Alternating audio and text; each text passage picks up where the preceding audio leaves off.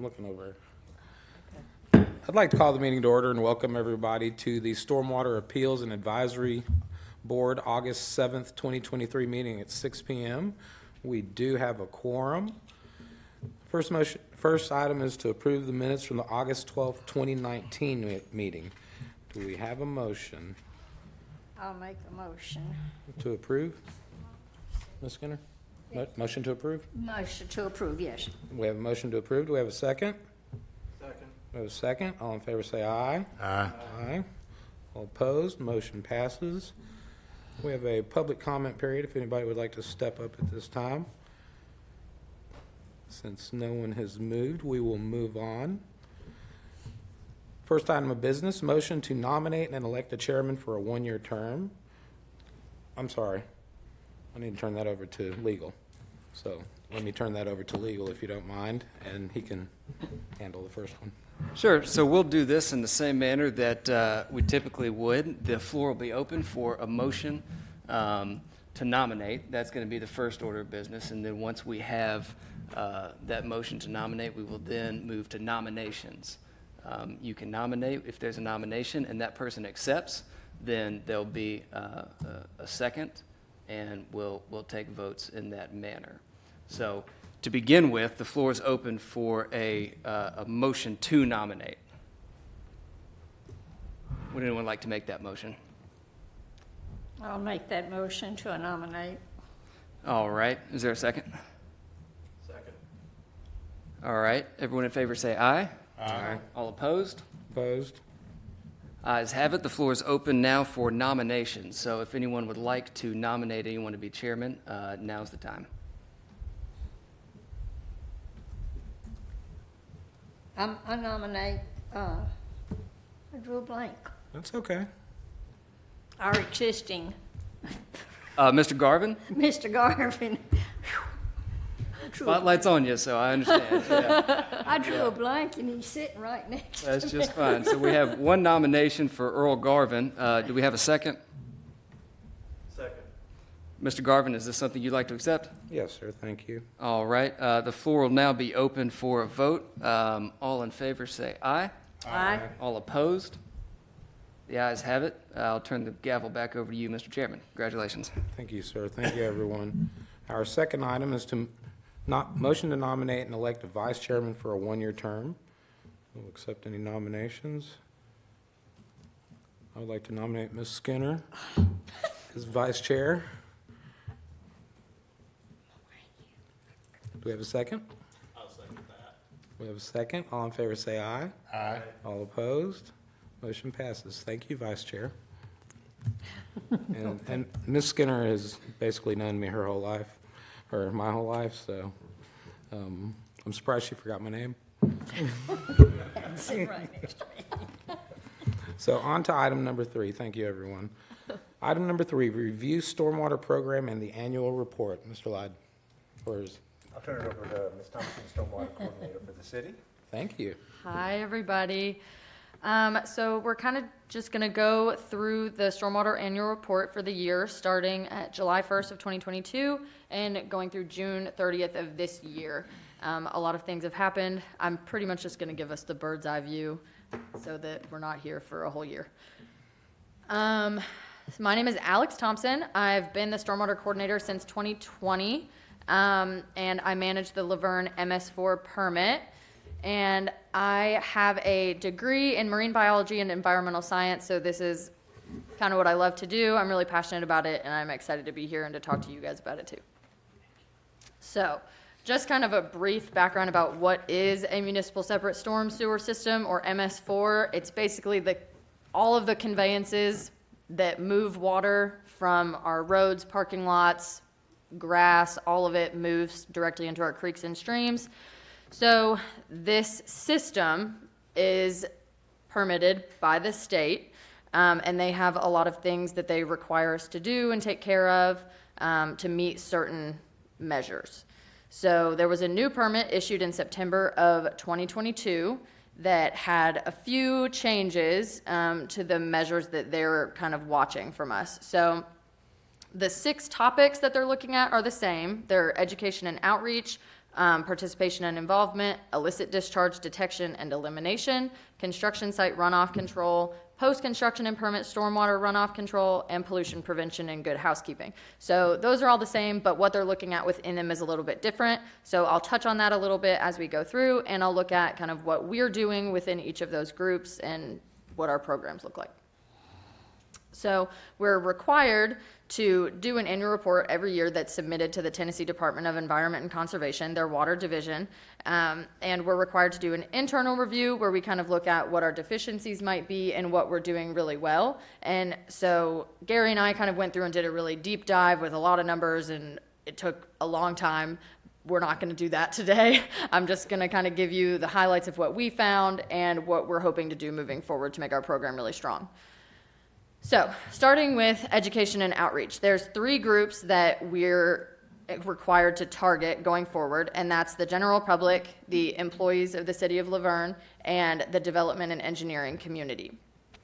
So, regarding the public, there are 4 target kind of information topics that they want us to teach to everybody that we encounter, basically. And that's the things listed at the top under A, B, C, and D. So that's basically the impacts on water quality, what are our best management practices for that homeowners can do to maintain good water quality, how to store things that could be a potential pollutant, and how if you see somebody doing or illicitly discharging something into the waterway, how that you can report that to our stormwater department.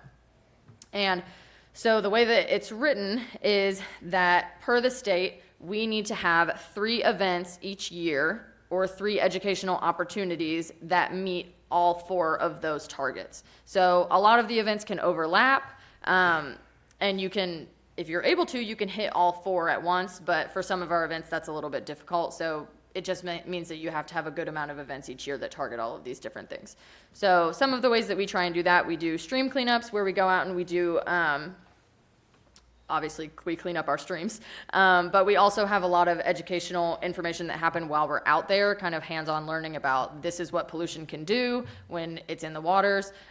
This is why we want to protect our streams, that kind of stuff. And we also do a lot of tabling events. We do an Earth Day tabling event. We do Old Timers Day, which is now going to be the Laverne Carnival, and a few other tabling things where we just get to talk to the community in general about why stormwater is important. And we have a little Plinko board that's really fun. So if you ever see me out there, if you want to play Plinko and learn about litter, you can win candy. So feel free to stop by. And next, we also have the employee training. So coming soon, we should have an employee training video that talks about how every employee of Laverne can be a responsible stormwater steward. And this is something that's now required by the state, that every single employee is educated in some way. So they have to be educated by the end of the permit. So they have 5 years to get that done. So there should be a really fun video coming soon. I'm sure there will be bloopers of me trying to film these really exciting stormwater practices.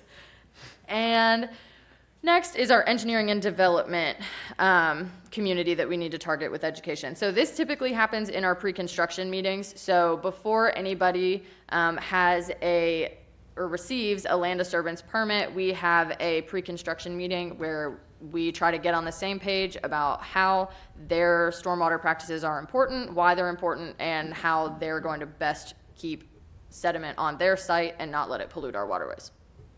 So that's where most of that education happens and how we're targeting that community. So the next section of the permit, public involvement, really overlaps a lot with public education, but it kind of has a few different target or information targets they want us to get to. They really want us to talk more about how they can get involved in reducing pollution. So how can you do something at your own household to help us? So this still requires 3 events per year to meet each of those target information points. So that in itself could be 24 events if we don't schedule it really well and try to overlap with everything. So we're trying really hard to hit all of them as quickly as possible so that everybody gets a lot of information at once and they don't have to come out to a lot of events to get their maximum information load. But some of the things that we did this year, we still had our stream cleanups.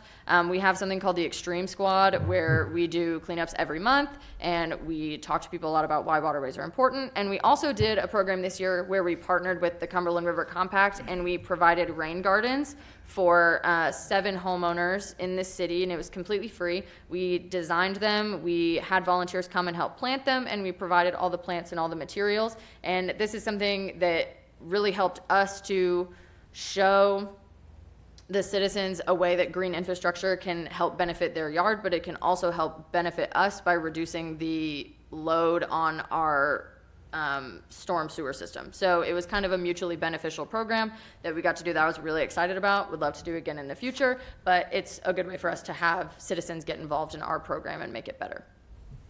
So that was our second minimum measure. Our third is illicit discharge. So I feel like I've been saying that phrase a lot and haven't really defined it yet. So illicit discharge is basically anything going down a storm drain that is not just rainwater. So anything that would get dumped into a storm drain is very bad. We don't like that. It can be bad for a lot of reasons.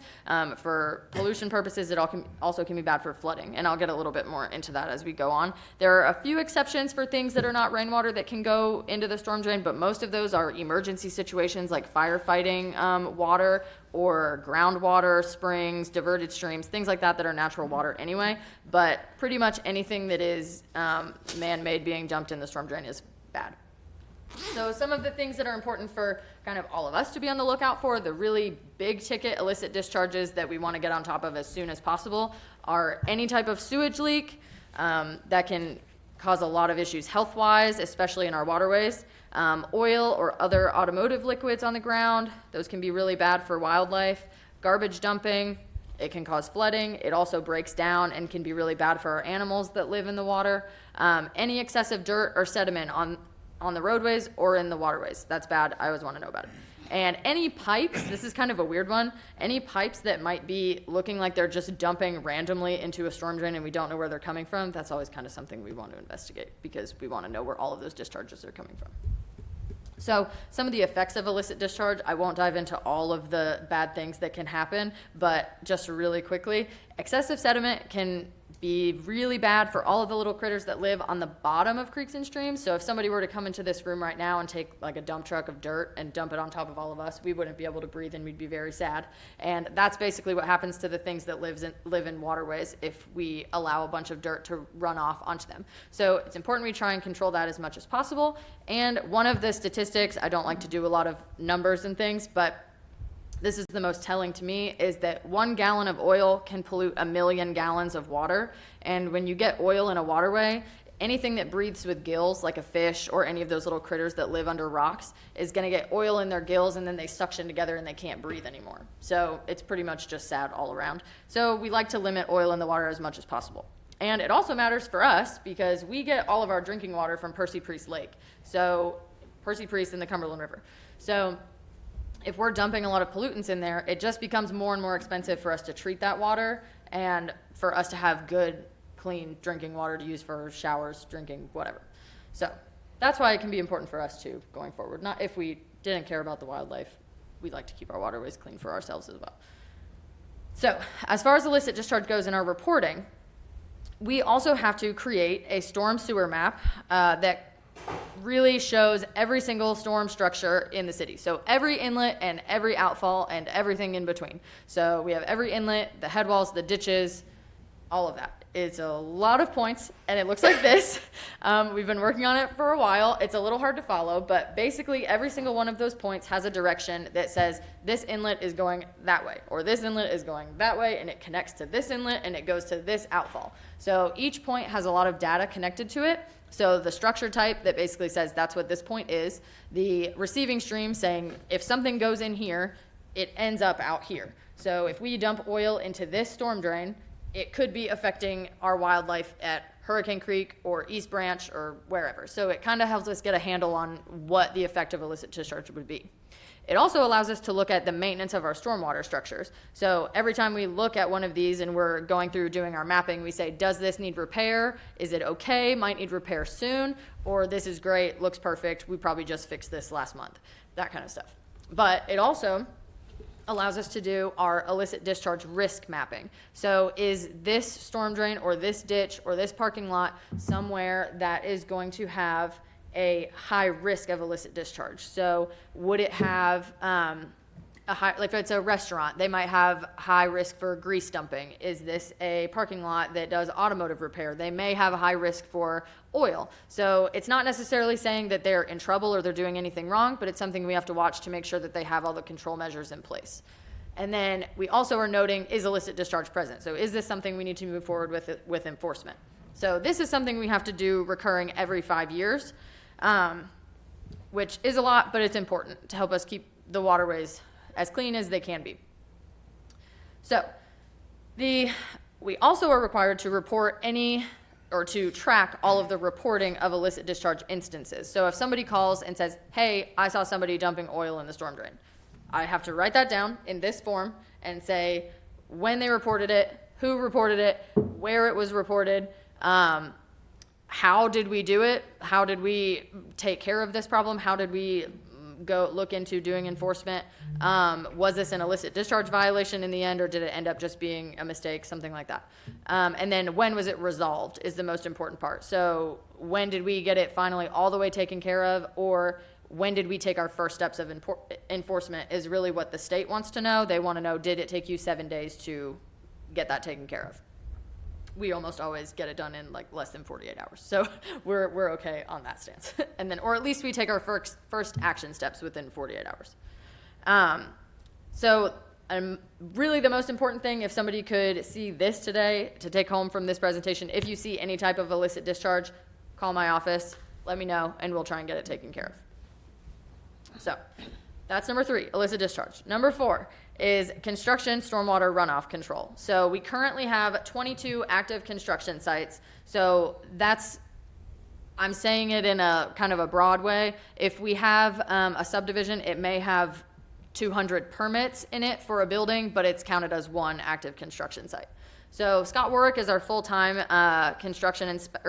stormwater inspector, and he does a great job. Last year, he issued over 700 re-inspections for incorrectly installed erosion control, which is really good. That means that there were 700 times that he was out there and he said, hey, that's not right, get that fixed. They corrected it, and then they were all good to go after that. Each site is visited monthly, and they also are visited after any large rain event. So if there is a rain event and Scott goes out and says, hey, this has failed, they might not necessarily get an official inspection report, but they get a conversation that says, hey, this needs to be corrected before you all can go back to work, that kind of thing. So section number 5 is the permanent stormwater management or stormwater control measures. So this section is gonna have a lot of changes in it, coming up with the new stormwater ordinance and from our new stormwater permit from the state. So a stormwater control measure, an SCM, is a permanent stormwater device that is its purpose basically is to control pollutants, to be able to reduce pollutants coming from around to wherever it detains right there in that measure. So this can include retention and detention ponds, bioretention ponds, constructed wetlands, permeable pavement, oil and gas separators, and there's others, but these are kind of the ones that are most likely that we would see. We probably won't see a lot of permeable pavement here because it takes a lot of maintenance and time and we don't normally do it, but those are some of the really big ticket ones.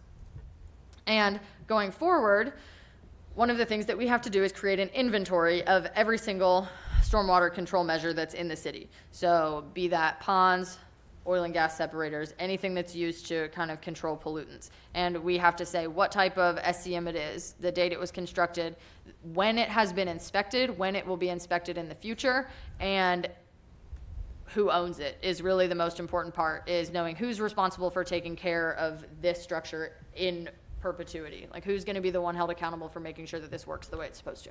And also photographs just so we can see what it looked like at a certain point and what it will hopefully look like going forward. And so this is a little bit of a preview for what we'll be talking about next. After this new stormwater management ordinance, it will be required per the permit to submit a long-term maintenance plan through the plan's review process, saying how is it going to be maintained, to what standards is it going to be maintained, and who's going to be maintaining it. and they're gonna have to sign a long-term maintenance agreement that's recorded at the city registrar and transfers to any new owners. And then it will be required to conduct 2 different types of inspections. One is an annual inspection saying, hey, this is what this looks like right now. Does it need work? What can we repair? And then every 5 years, they'll have to do a comprehensive inspection report saying, this is all the work that was done on this at this time. How are we planning on doing this moving forward? And it's a lot more detailed, just to make sure that in perpetuity, there's somebody that's watching it and taking care of that structure. Because when a structure is built, its intent is to control runoff and to reduce pollutants forever. It's there to be maintained to the standards that it had when it was built. So the goal is to continue that. Okay. Number 6 is pollution prevention and good housekeeping. So these are just the programs that we run all the time to try and do our part to maintain a healthy storm sewer system. So one is we run our street sweeper, and that's run by Alan, who's great. He does a great job all day long. He's out there on the street sweeper. You've probably seen him, and he just keeps our roads clean. And we also have our roadside litter collection, which keeps us from getting a bunch of trash clogging up our storm drains, getting them dirty, causing flooding, and also all of those bad things that we talked about earlier with wildlife. We do our Extreme Squad monthly cleanups, where we go out every month. We try and anything that has gotten past those measures, we try and take care of our smaller, more forgotten streams that might not necessarily have as much access. If anybody's ever interested in volunteering for that, let me know. It's super fun. We have a great time. And we also do quarterly inspections of our public works facility, where we keep most of our material that would be really easy to cause pollution. So we make sure that we're kind of containing that in the best ways that we can. So our priorities going forward for 2023, 2024 really are to create that employee education video and get it distributed to everybody, to complete our illicit discharge mapping, and then use that to help us create our permanent stormwater structures inventory list, because they kind of overlap a good amount. And then to create operation and maintenance plans for our new public works building and for all of the surrounding buildings.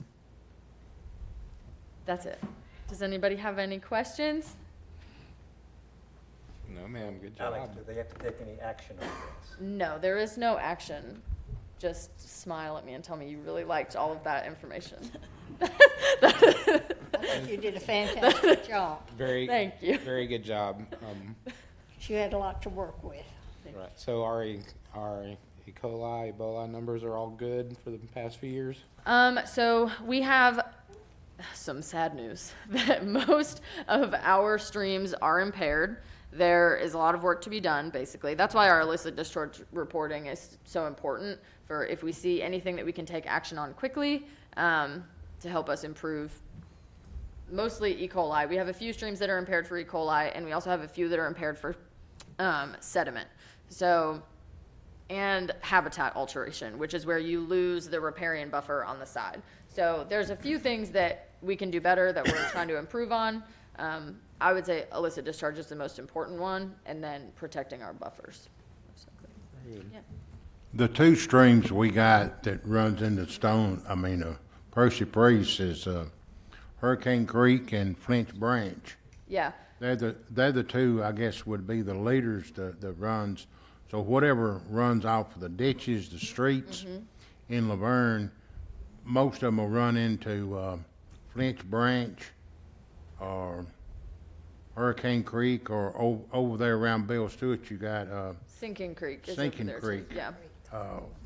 Yeah. There's the 3 the feeder points. Yeah, so everything basically dumps into those. So anything, that or a sinkhole, which the creeks, so Hurricane Creek over that follows Waldron and near Schreibman, that splits off into West Branch and East Branch. And there's Finch Branch that comes this way, and then over on Bill Stewart, there's Sinking Creek. And then we also have Rock Springs Branch at the I always say the bottom, but I think it's actually the west side of Laverne. Harts Branch.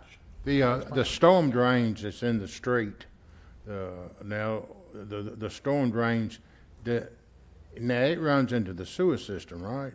Which one? Where are we? the drains in the streets, Yes, yeah, all of, yeah, so, they're, He asked if the storm drains run into the sewer system. oh, no. So all of the storm drains, those go directly to the creeks and streams. Yeah. And then all of that will flow into Percy Priest, which will eventually be pulled out to be treated for, consumption. But it'll all be treated that way, but, but the street grades is in the street, the metal street grade. Now, it runs basically to the four streams. yes, yeah. Four streams. It's not it don't get in the sewer system, and that's not pumped to Nashville. No, not our, Storm the drains. storm drain water, anything, the storm water, none of that On the is west side. pumped anywhere. It just the goes, storm, it'll drain to Rock Springs. Mm-hmm. And then Rock Springs, it goes to Smyrna. Basically goes to Smyrna, Rock Springs. Mm-hmm. And we got Hurricane Creek, yes, sir. and we got Flinch Branch, and we got Sinking Creek. Mm-hmm. That's the only three streams that we got that runs in Laverne to Percy Priest. Well, Rock Springs, some of Laverne's water will run in it, but it goes to Smyrna to Rock Springs, will run into Stewart's Creek, and then it Yeah. discharges in. So Yeah, it's still, so we still include it on our, when we submit to the state, just because we are putting water into it. So because what we're doing on the ground might affect their water, we still have to kind of count it as something that we're at least watching, at least, even though it wouldn't be something that we're discharging into our waterways. Rock Springs, yeah. Any other questions or comments? Excellent, thank you. Thank you, guys. With that, we will move on to item number 4. Recommendation to the Board of Mayor and Aldermen, amendments to the Stormwater Management Ordinance. Mr. Gary, if you don't mind. Let's get me set up here. Here we go. All right, so as Alex mentioned, the Tennessee Department of Environment and Conservation, the state, has changed our permit. So we are required to also change our stormwater management ordinance in accordance with that. We're taking the opportunity. We presently have 2 separate chapters in our code. One is for grading and drainage, the other is stormwater management. They're very redundant and sometimes disagree with each other. So we hired a consultant. We're going to be deleting Chapter 3. That's what this says right now. We're removing Chapter 3, so it'll just be a blank in the city code now, and putting everything into Chapter 6, which is the Stormwater Management Ordinance. And also we also tasked that consultant with looking at what surrounding cities have been doing and making recommendations for how we could improve our stormwater management and engineering and everything to do with it. One of the things, this is just a definition, we've had to define a critical service road. And that's a long definition, but it really is basically, it's either a lot of houses or a lot of retail, but any road that in an emergency, a lot of people are going to have to use. And that becomes important later on when we'll go over this, but it's got a higher criteria that it has to meet in terms of staying above floodwaters than the minor roads do. In terms of water quality, this is a significant change to the developers in the city of Laverne. So right now, they have to treat for water quality the first 1/2 inch of all the water that falls on the impermeable surfaces in the development. That is changing now by the SCM, is stormwater control measure type, is how much, or the water quantity that has to be treated. This is the primary one we see. This is detention ponds, which is what most of our developers use, sand filtration, which is the second most popular thing. That is changing from 1/2 inch to 2.5 inches. It is also changing from the first 1/2 inch over the change in impervious area to the first 1/2 inch over, or the first 2.5 inches over all of the impervious area, including stuff that was already there. So that's going to be a major financial hit to the developers coming into Laverne, but that one is brought down to us by the state. One of the things that came from reviewing the cities around us, like Smyrna, Murfreesboro, they have all changed their sizing for all their pipes in their system, all the pipes under the roads, to a minimum of the 10-year storm, or the 10% chance storm that's going to happen in a year, to the 25-year storm, which is a 4% chance of happening in any given year. That is also going to increase costs for developers, as their pipes are going to get bigger, basically. And this is where the critical service roads come in. So on the critical service roads, we're requiring that they have at least an 8-foot strip in the middle for water in the 25-year storm, or the 4% storm, doesn't get deeper than an inch. And in the 100-year storm, 1% storm, it doesn't get deeper than 3 inches. So even in the 100-year storm, it will be travelable in an emergency. And that is comparable to other cities around us, including Nashville. All right, we're also taking the opportunity here to make it more clear to the engineers who are making submittals to us exactly what we're looking for. Right now we get some very good sets of calculations, but there are items we continually don't see that we're going to put into the ordinance. Curb capacity calculations, that is the engineer deciding how far apart the curb inlets go to make sure we don't get too much water rising up into the streets and create safety hazards. And the curb inlet capacity is, they have to show in the calculations how much water can go into the grate, again, to make sure that we don't have water spreading out into the street and create hydroplaning problems. Again, the pipe capacity going to the 25-year, and then we're mandating velocity calculations in all open channels to keep us from having erosion. Something that's very new, and that's been adopted by other cities, is right now a drainage easement is 20 feet wide for the most part, sometimes even 10.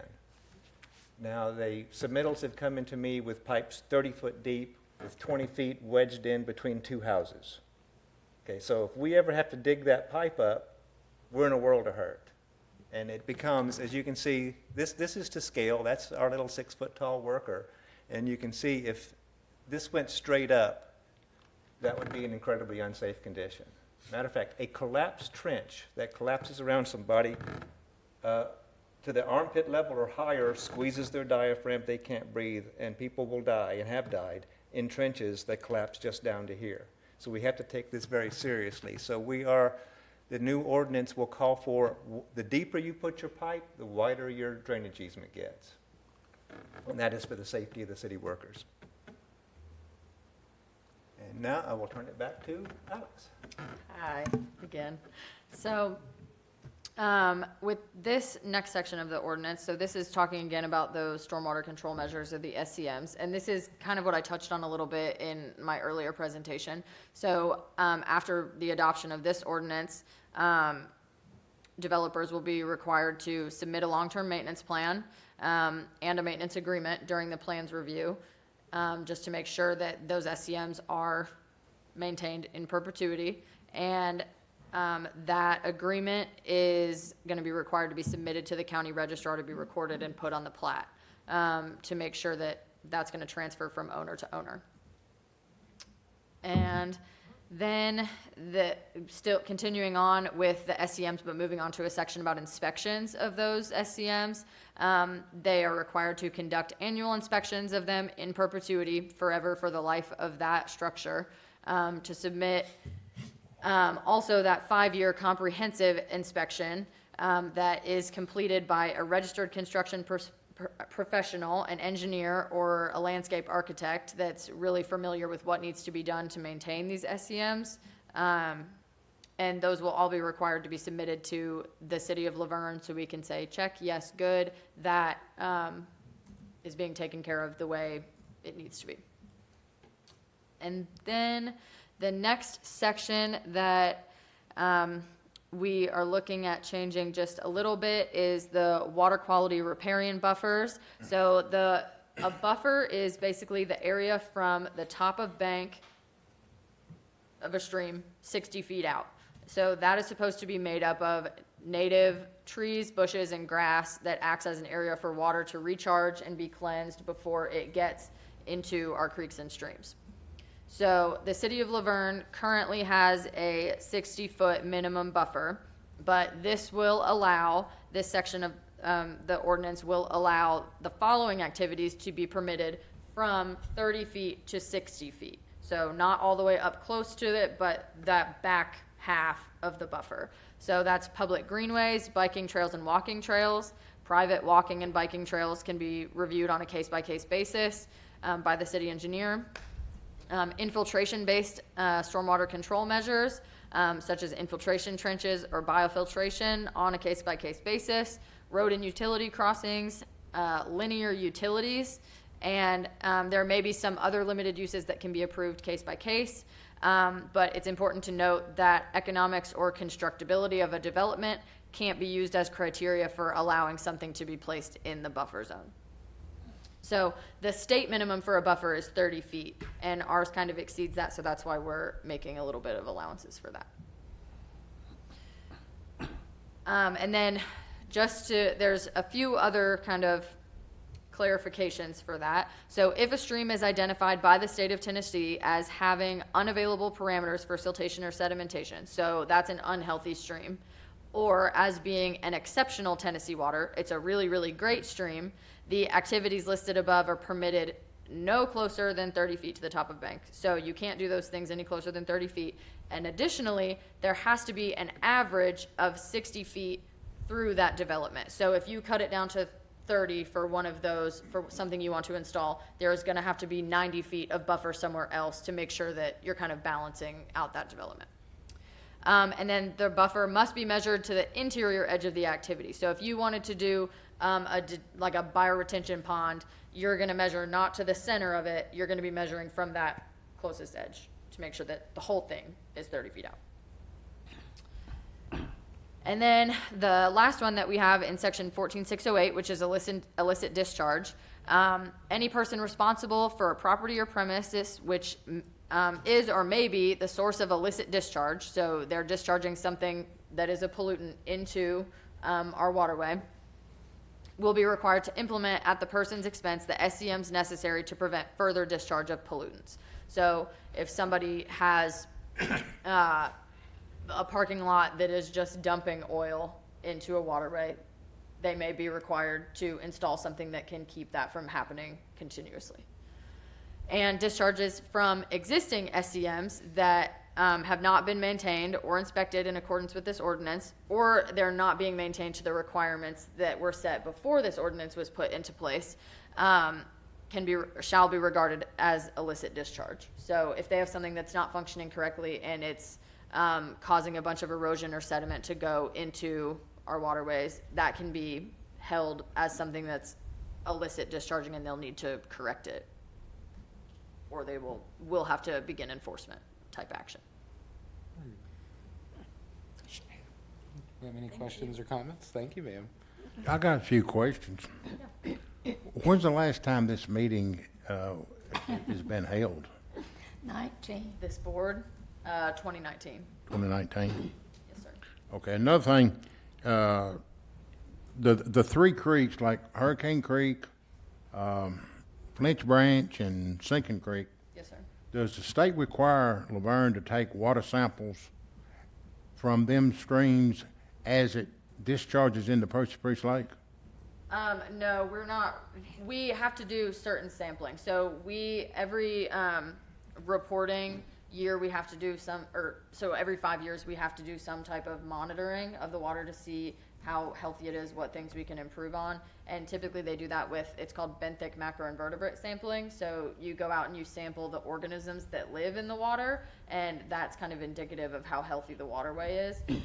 And they'll also do other testing just generally of the water and what kind of things it might be What, not doing getting well. back to the meetings, what requires a meeting that if we don't have a meeting unless it's needed, or So, The meeting is annual. The reason we haven't for the last 3 years is a lack of a quorum.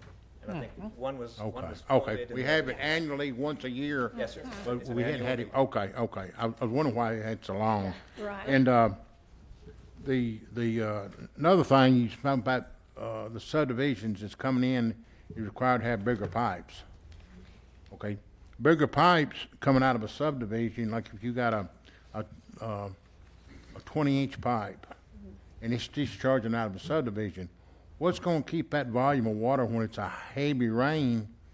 It's got to go, and it might not flood that subdivision, it's gonna drain that subdivision bed, but it's just gonna push the water to another part of Laverne. It's just like Flint's Branch, coming across Old Natural Highway and Taylor, and the water goes under the railroad track. If, a lot of times that something will get loose and clog that, underpass drainage under the railroad track, and it'll back water up. Same thing with the new subdivision regulation with the bigger drain pipes. If we require that on subdivisions, why ain't we going off-site and enlarging the drainage from that point all the way to Percy Priest? The solution. Seems like to me, we're discharging more water and moving the problem just downstream. No, sir, and here's why. We did not talk a great deal about our stormwater detention requirements because they're not changing. But what we do, these bigger pipes are going to empty into a big pond area.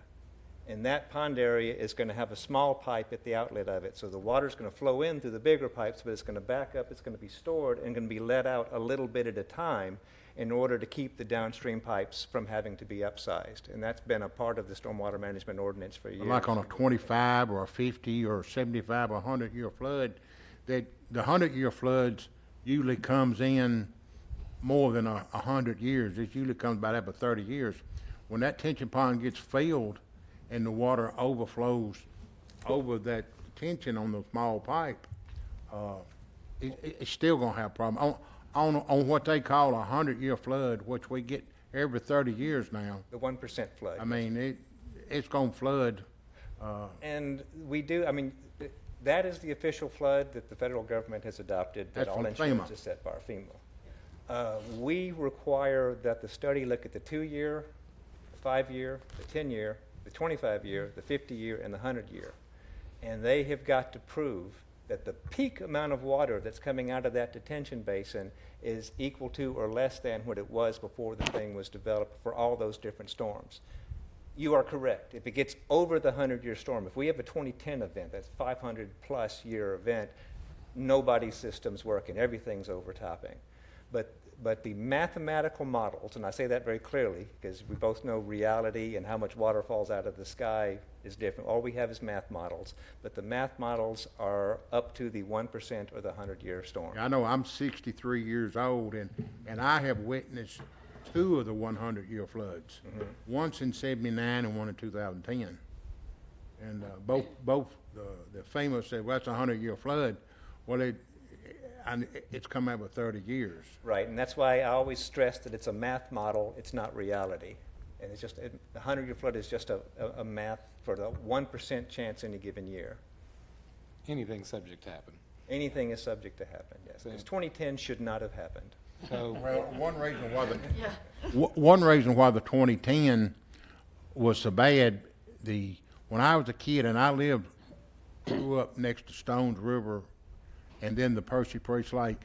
When I was a kid, they used to lower the lake down a whole lot lower. And that year, just like a lot of years before, they didn't drop the lake. And the lake was already, at that time, just about its summer pool.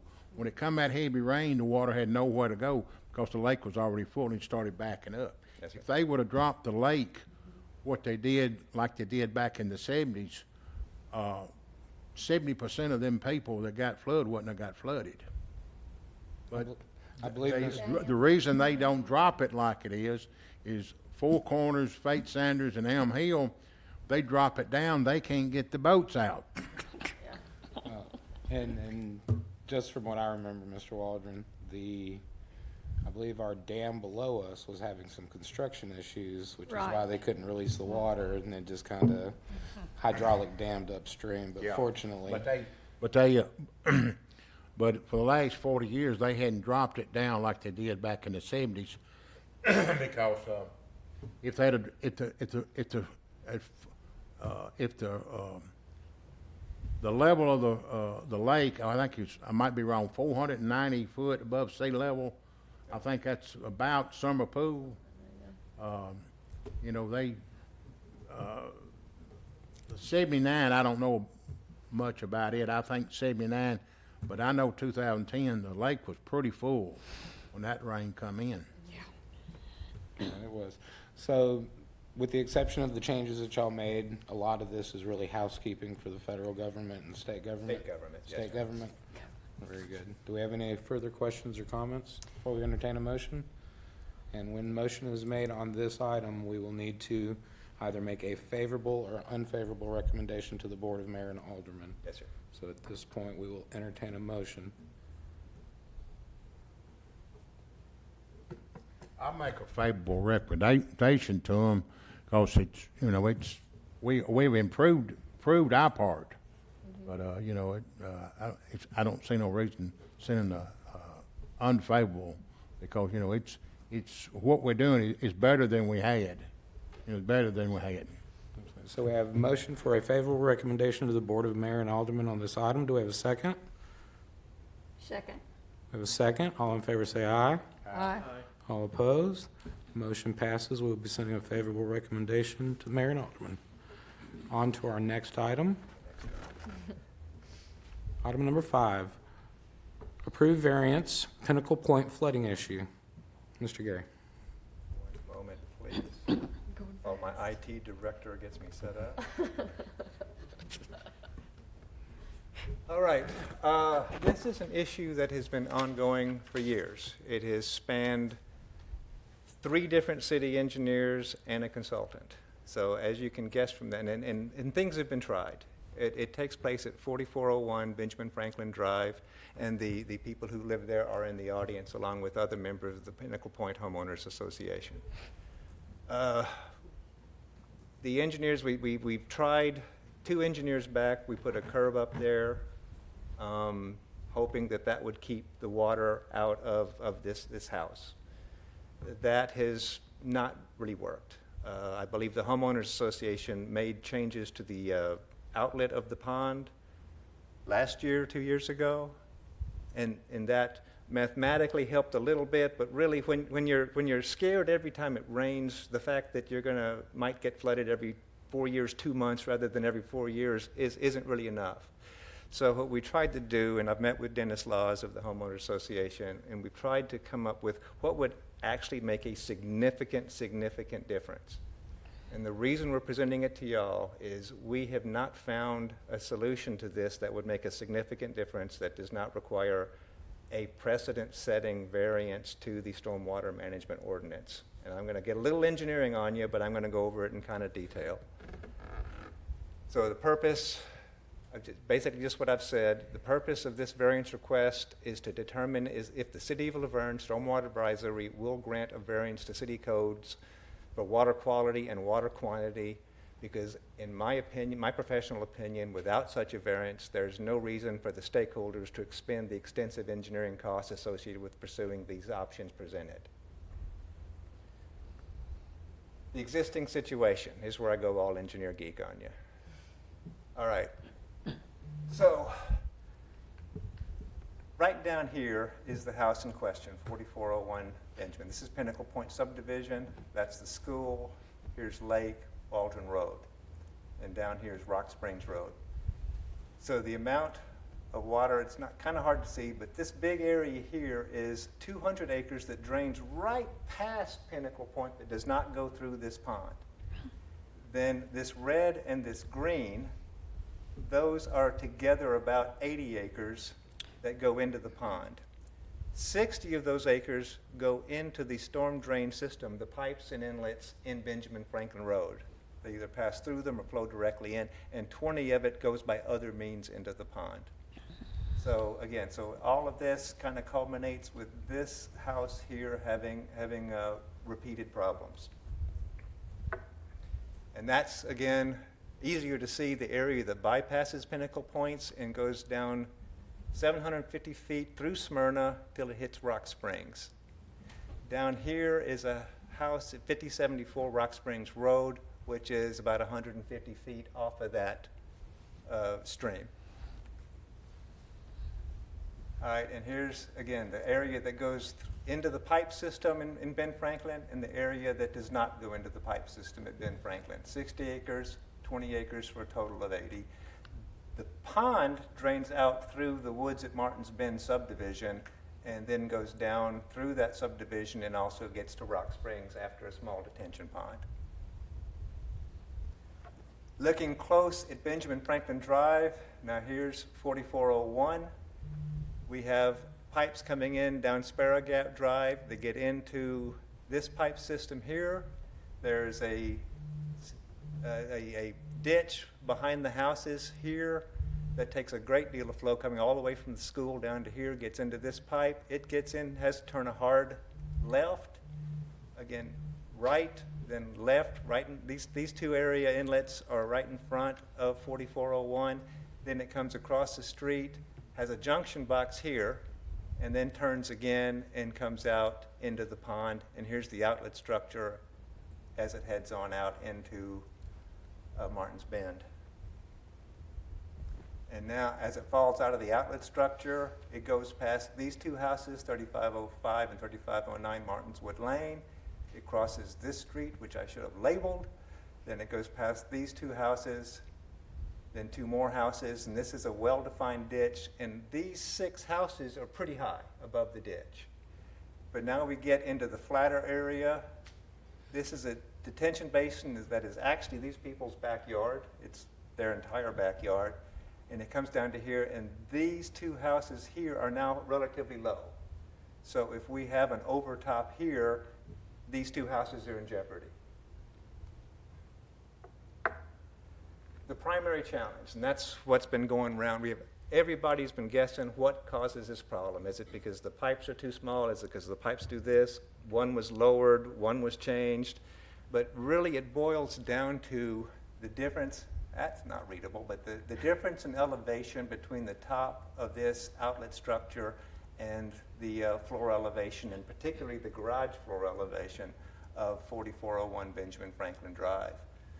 So this water has, this controls how deep the water gets there, and the water in this system has to push hard enough to overcome this depth. So it's got to be higher up here than it is there, enough to push through these pipes and get it out. So you see, here's Benjamin Franklin 4401, and that's elevation right there is the garage.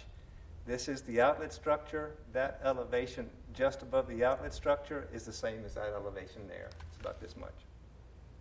And that's it. That's the bottom line problem.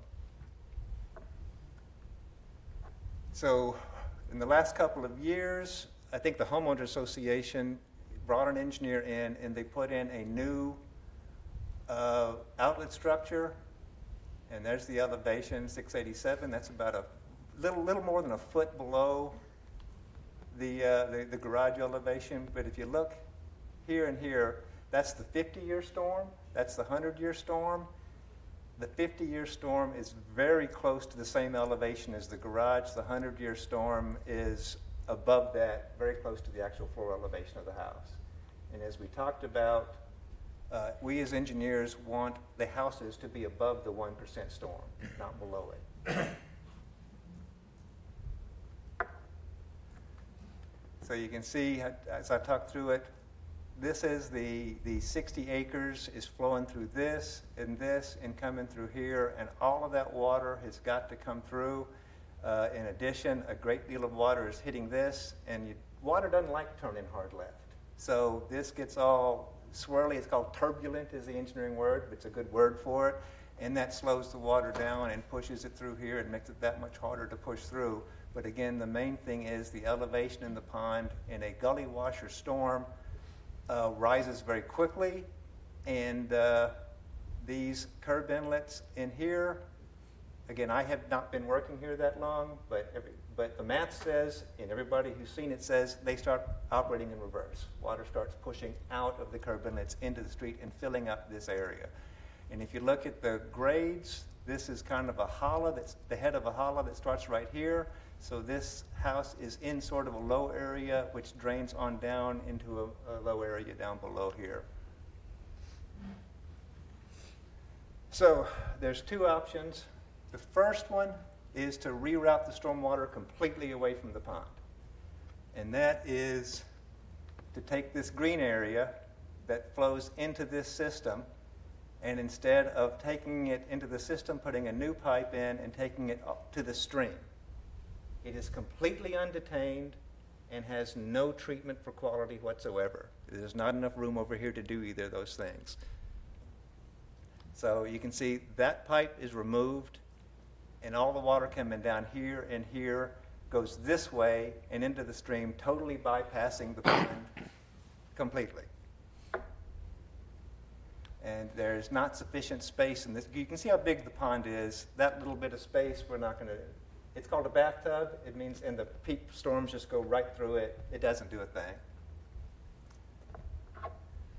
So this does not meet either the previous or the present or the proposed stormwater management ordinance for either quality or quantity. So it has a double variance to two of the central parts of the stormwater management ordinance. Other drawbacks. And guys, I'm sorry, but I'm trying to pitch this as just as straightforward to you as I possibly can. The 100-year flood elevations in that stream that goes through Smyrna will go up. So it's just like Dennis was saying. The problem's getting pushed downstream. The problem with that is that house at 5074 Rock Springs Road is roughly about 5 foot above the bottom of the channel. That could be a really important 6 inches to those people. And it would take the detailed engineering study to confirm or deny that. We don't know yet. 80 acres that presently drains into the Pinnacle Point Pond would be reduced down to 20. So there's a lot less water feeding the pond, which means the pond could have aesthetic problems and it could have smell problems, and that's mainly for y'all. And then this particular option has significant relocations of utilities under Benjamin Franklin and will cost a great deal of money for whoever has to do it. And then there'll be large culverts that have to be put under Benjamin Franklin, which would also be costly. So I did the same thing and put this graphically. Here's 5074 Rock Springs Road. Here's the stream that's getting its 100-year flood raised. And here's the 60 acres that no longer feeds the pond, and that's the 20 acres that is all that pond is subsisting on now. Option 2 is basically totally change the outfall of the pond so that the water, it doesn't really detain the peak flows at all, and it flows straight down into the downstream subdivision. So that's a revision here. So right now there's two 15-inch pipes that are the outfall. We would do or whoever did it would do a major modification of the outlet structure and enlarge that pipe right there. That's a much more cost-effective solution. But now, instead of one house being effective, we have about 8. So the water's going to come out of here. Well, first the variance. The pond still would handle the water quality portion. So now it's a variance just for water quality. But again, it's still a significant variance, which Alex will talk to in a minute. That is what we're asking you for.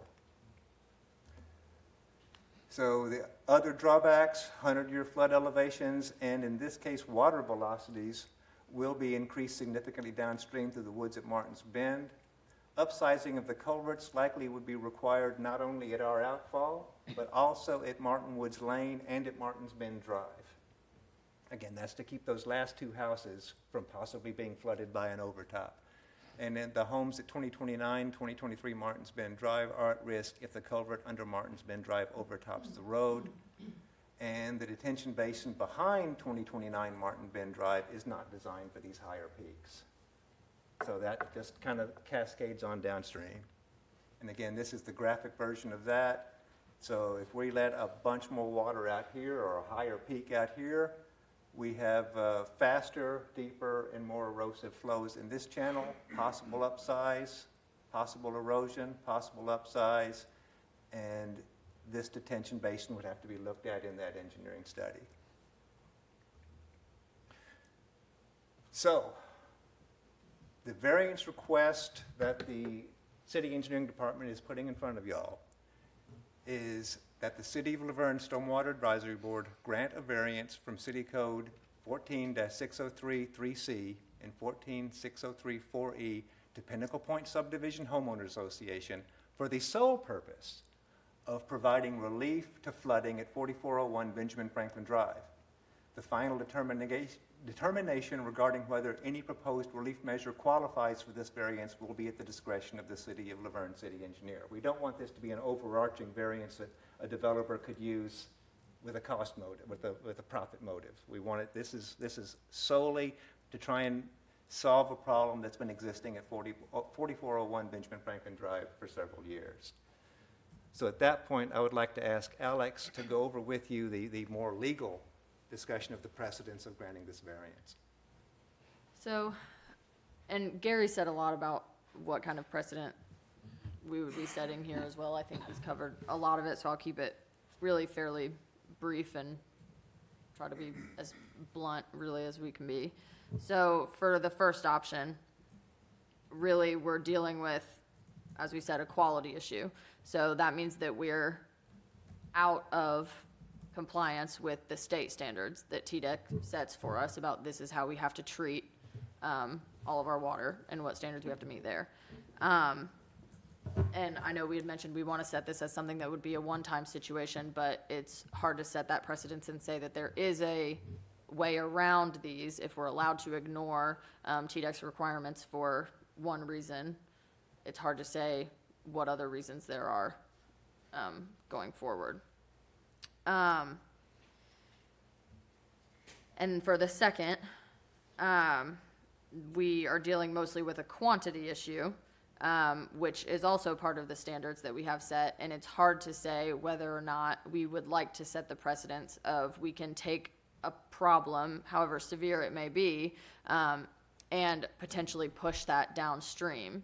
If we end up having a quantity issue later, down at Woods at Martin's Bend, where they also have detention ponds, and we end up flooding another home, or they have issues, that's not necessarily a precedent we want to set either, that we're willing to shift one person's issue to become somebody else's.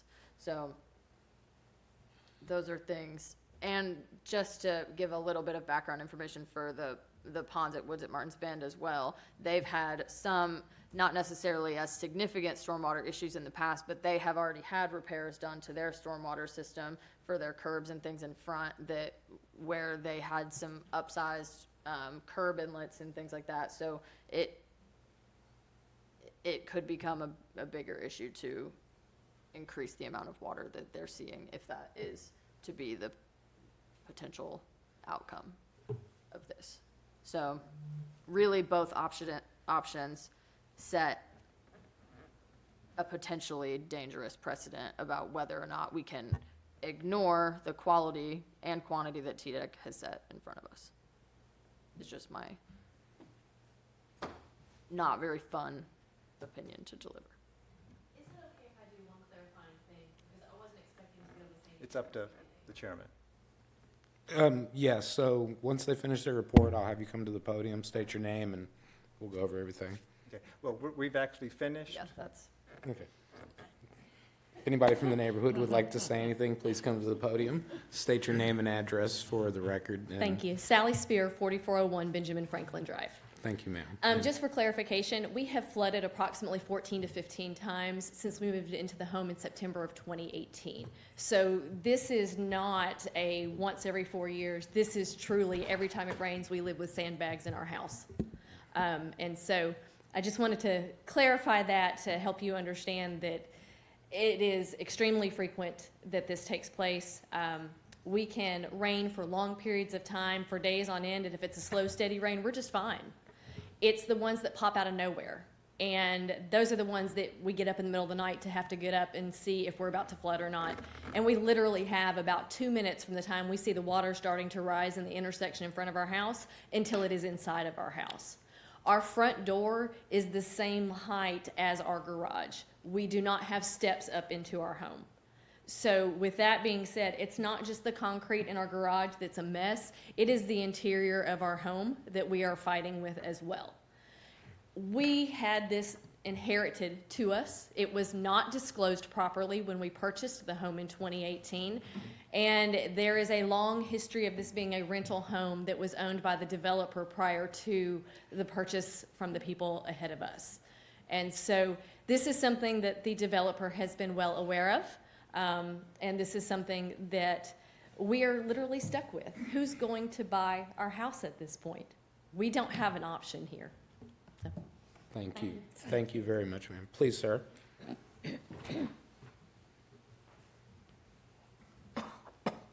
I'm Dennis Laws, LAWS. I live up on the hill at 209 McGreevy.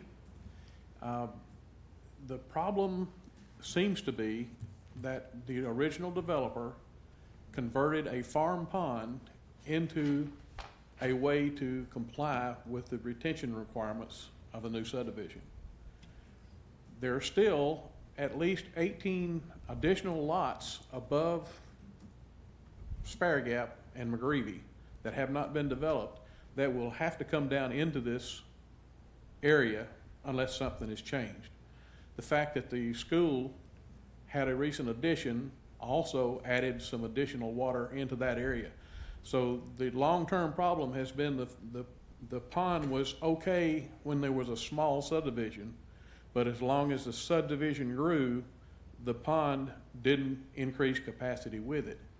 If we don't have a way to change that elevation difference between the outlet pipe that's coming from in front of 4401 into the pond, if there's not enough difference between that and the spillway, it only takes a foot of water for it to overcome the pipe and then pop up. If it gets 2 feet higher in the pond, it gets 2 feet of artesian well in front of her house in the middle of the street. And if, even when it doesn't overtop the curb, if somebody comes down there with a vehicle, it overtops the curb because of the waves that it splashes. So it's a long-term problem, and I don't have a problem with what you decide tonight, but we need to have a solution to that pond, and I don't know how to increase the capacity of the pond given the elevations of that input pipe and the spillway. Thank you. Thank you, sir. Name and address, please, sir. Yeah. David Williamson, 4316 Patrick Henry Drive, Laverne, Tennessee. I'm here for Sally, but I do have a grievance that it says the sole purpose of providing relief is for 41 of Benjamin Franklin. There's flooding all across our neighborhood. It's on the backside of the houses there, and we're all affected by it. And I think that as a citizen of Laverne and someone who's paying tax dollars, I know a lot of you guys weren't in these seats years ago when our subdivision was built, but somebody was, and somebody from the city let this happen and approved this to happen. And I feel like the city needs to step in and help us take some responsibility to fix this for our subdivision and for Miss Sally. So, thank you. Thank you, sir. Anyone else? Very good. Thank y'all very much. And thank everyone for showing up and your concerns. I'm going to go to our legal department for a quick second here and ask his opinion in regards to everything that's been said on this matter. As far as the legality of the vote here? Yes, sir. So I'm not going to express an opinion on what you should do. That's going to be up to you guys. I don't see any authority for this board to adjust the quantity and quality requirements of the state permit, similar to what Alex said. I think that this being an advisory board, there's potentially an opportunity to make a recommendation to Board of Mayor and Aldermen. I just don't see any authority for this board to approve a variance from the quantity and quality requirements of the state permit. So the variances in our ordinance are to the wastewater buffer policy. So that's the authority that I see in our ordinances. So it'd be a mayor and alderman decision to decide how to proceed forward if the city was going to proceed forward? Does that sound correct? That's something that I just don't, that's a suggestion, that's a recommendation that I've got is essentially have an advisory opinion from this board, but I don't see any authority to do the variance. Well, all we could do is make a recommendation to the mayor and alderman board in favor or non-favor. This board don't really have no power. We just send a favorable or unfavorable. So it's actually up to the mayor and alderman board to vote on it. We don't vote on it. We just send a recommendation to them. That's my opinion at this point. almost feel like it's This board has adjudicatory power if it's an appeal, but this is not an appeal. Yeah, I almost feel that maybe this is a Board of Zoning Appeals, maybe? No? I don't know. It's a unique question for me. I would have to look at the zoning ordinance to see if the Board of Zoning Appeals can approve a variance of this magnitude. I just don't see authority for this board to do it. So I guess my gunshot question would be, can we make our motion and decision any way we want with a recommendation that it's reviewed by mayor and alderman? I would make a recommendation, right, on essentially the proposal from the engineering department to the Board of Mayor and Aldermen. The recommendation that we're giving it to them is this what y'all stated. It's to allow a variance from the stormwater management ordinance to not require Pinnacle Point to meet the quality and/or quantity requirements of the ordinance.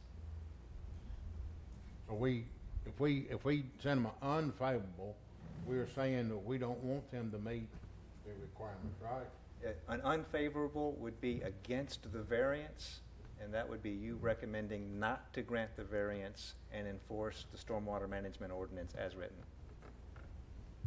But, make sure, I want to make sure that this kind of makes it to the next step and it just doesn't die right here. That's the biggest thing.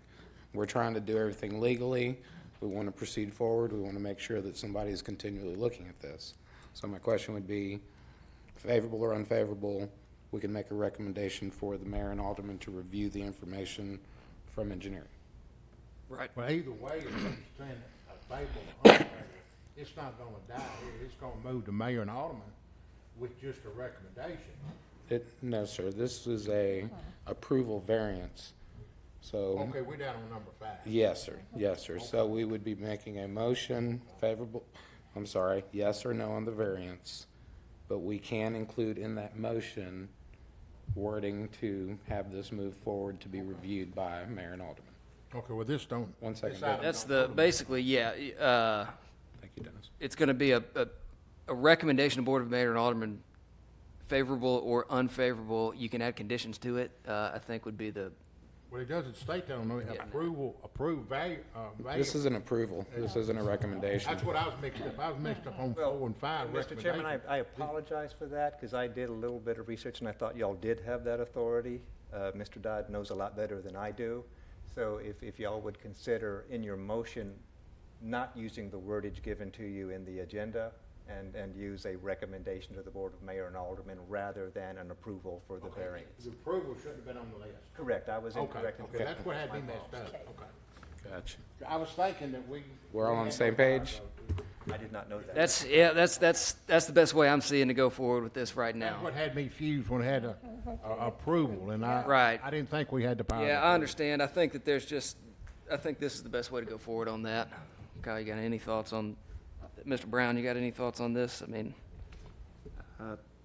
Like I say, if you're saying that they don't have the power to do the variance, because the way I'm taking it, the only power they would have is a variance to the waterway buffer, correct?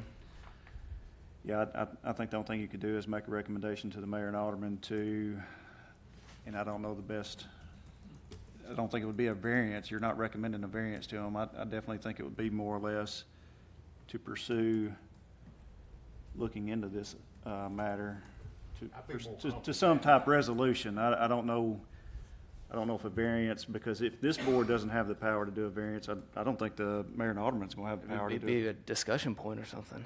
Because the only thing that you would be able to do, I think, at that point would be to amend the municipal code to allow not only a variance from the waterway buffer policy, but also a variance to look at how we want to specify this, whether it's and I know what Gary was bringing it to y'all for is to get an idea, because there's no sense in spending the resources and money looking into a problem if that solution can't be done anyways. So if we can't overlook or get a variance from the amount of water going away from the subdivision, then there's no reason to look at doing any of that work. Same way with, the draining over to the side. I think there's probably some still items that we could look at. I still don't think it's we've been looking at this for years. I don't think there's going to be a guaranteed this house is not going to flood again. I don't see that answer anywhere. The way I see this thing is not a fix. It's kind of like what my uncle would say: if you got a crying baby, you stick a fooler in its mouth, and that's about the way this is. If this variance is not going to cure the problem, it's just going to like put a Band-Aid on it.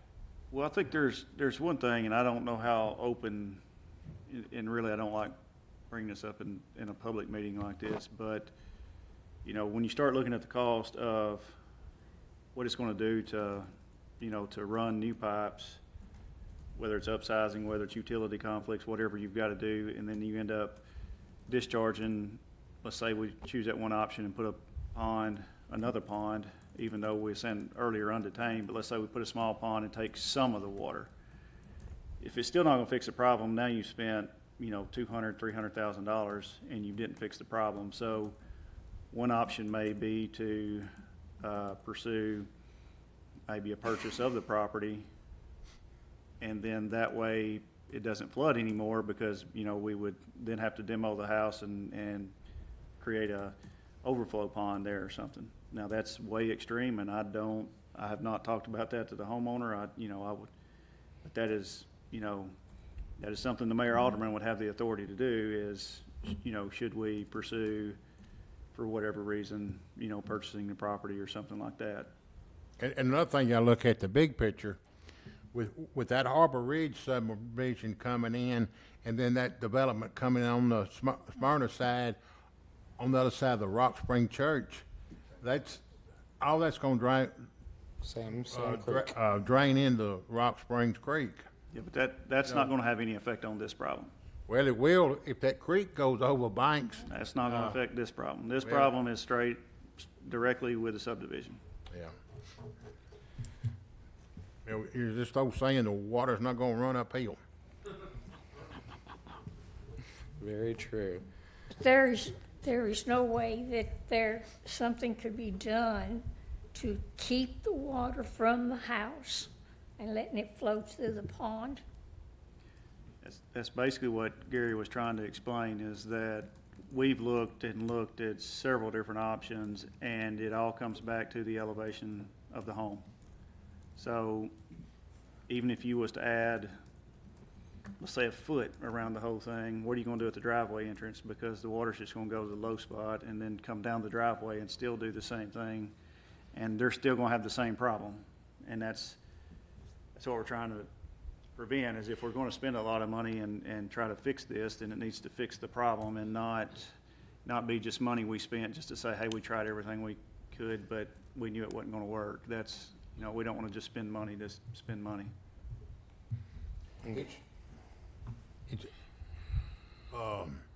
tough situation.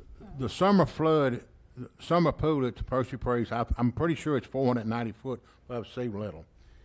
If anybody's got a house in Martin Bend or Pinnacle Point that's close to 490 foot, they might be in trouble. But if you live up on McFarland Point by the water tower, you're probably talking about 750 foot above sea level. The water tower is not going to flood.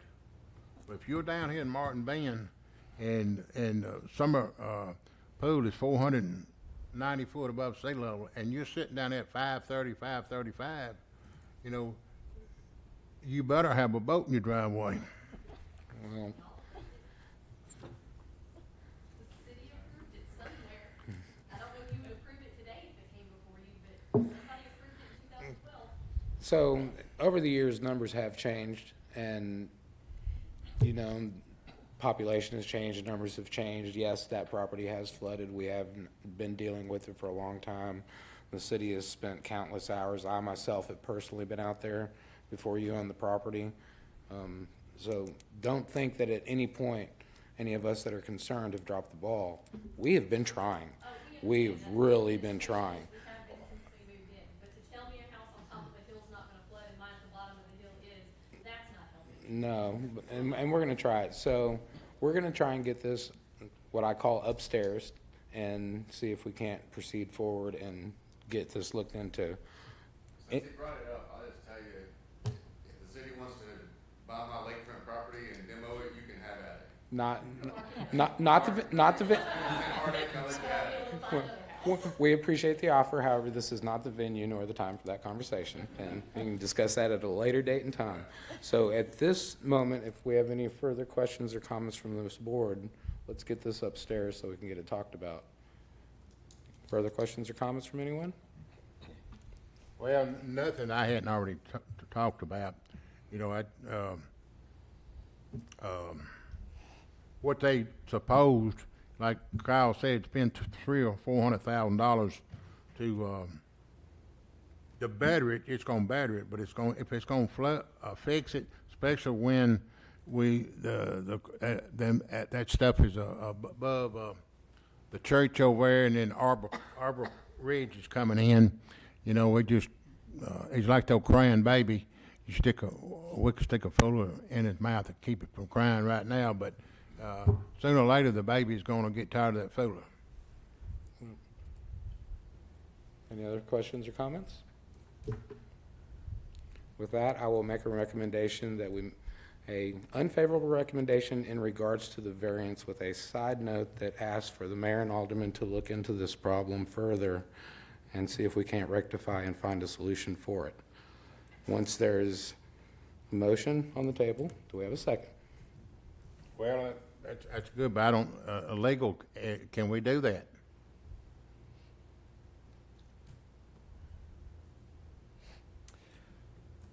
I'm not sure that, I say that I don't think that I'm not sure that there needs to be a vote on the variance whatsoever.